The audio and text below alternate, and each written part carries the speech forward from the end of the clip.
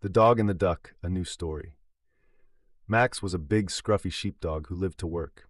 He spent his days herding sheep on a windy hillside, taking his job very seriously. He never played, never relaxed, and never made friends.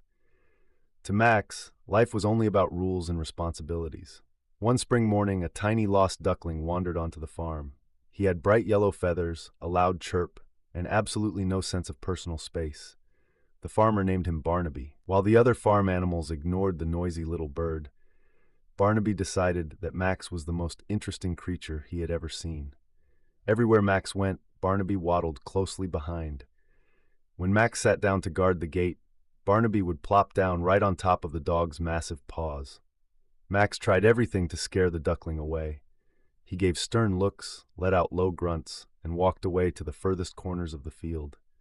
Barnaby simply flapped his tiny wings, chirped happily, and hurried to catch up. One stormy afternoon, a sudden clap of thunder frightened the sheep, causing them to scatter in a panic. Max sprang into action, running through the mud to gather the flock. But the wind was howling, the rain was blinding, and the sheep were too terrified to listen. Max felt overwhelmed and exhausted, losing his usual grip on the herd. Suddenly, a loud, sharp quack pierced through the storm. Barnaby had hopped onto a high wooden fence post. He was flapping his wings furiously and quacking at the top of his lungs. The sharp, unexpected sound caught the sheep's attention, making them freeze in place. Max seized the moment, quickly guiding the calmed flock safely back into the dry barn. Safe inside, Max sank onto the hay, completely worn out. Barnaby hopped down from the fence, waddled into the barn, and tucked himself right under Max's wet chin to stay warm.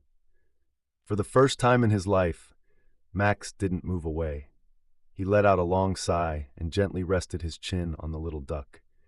Max realized that he didn't have to carry every burden alone, and Barnaby had finally found the big, protective family he was looking for. Would you like to adjust this story by making it longer, adding more characters, or changing the setting to somewhere else?